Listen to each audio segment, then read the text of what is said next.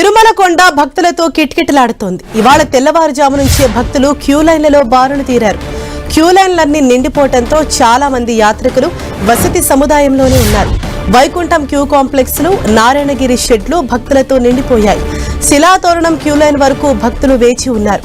Queue లైన్లలోని భక్తులకు తాగునీరు, పాలు, టీ, అన్న ప్రసాదాలను శ్రీవారి సేవకులు నిరంతరాయంగా పంపిణీ చేస్తున్నారు. క్యూ లైన్ల పరిస్థితిని ఎప్పటికప్పుడు టీటీడీ అధికారులు పర్యవేక్షిస్తున్నారు. వరుస సెలవుల నేపథ్యంలో శ్రీవారిని దర్శించుకునేందుకు భారీగా భక్తులు తరలివచ్చారు. దీంతో టోకెన్లు లేని భక్తులకు శ్రీవారి సర్వదర్శనానికి 24 గంటల సమయం పడుతోంది. నిన్న శ్రీవారిని 72,355 మంది భక్తులు దర్శించుకున్నారు. నిన్నటి శ్రీవారి హుండీ ఆదాయం 4,12,00,000 రూపాయలుగా ఉంది. ఇక తిరుమలలో గదుల కోసం రద్దీ కొనసాగుతోంది. దీంతో భక్తులు, యాత్రికుల వసతి సముదాయాలు, శ్రీవారి ఆలయం, ఇతర ప్రాంతాల్లో ఏర్పాటు చేసిన సాధారణ షెడ్లలో సేద తీరుతున్నారు. మరికొన్ని రోజులు ఈ రద్దీ కొనసాగే అవకాశం ఉందని అధికారులు భావిస్తున్నారు.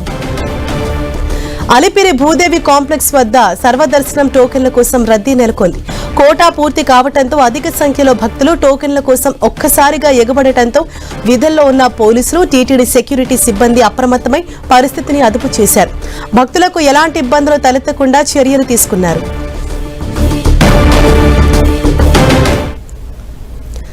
తిరుమలలోని భక్తుల రద్దీకి సంబంధించి మరిన్ని వివరాలను మా ప్రతినిధి శ్రీనివాస్ మనకు అందిస్తారు. శ్రీనివాస్, అంటే అనూహ్యంగా ఇంత పెద్ద సంఖ్యలో భక్తులు కొండపైకి రావడానికి గల కారణాలు ఏంటి? దర్శనానికి ఎంత సమయం పడుతోంది? అక్కడ నెలకొన్న తాజా పరిస్థితి ఏంటి? తిరుమలలో భక్తుల రద్దీ అనూహ్యంగా దొరికింది. గత 2 రోజులుగా కూడా తిరుమల మొత్తం కూడా భక్తులతో కిటకిటలాడుతుంది. స్వామివారి దర్శనానికి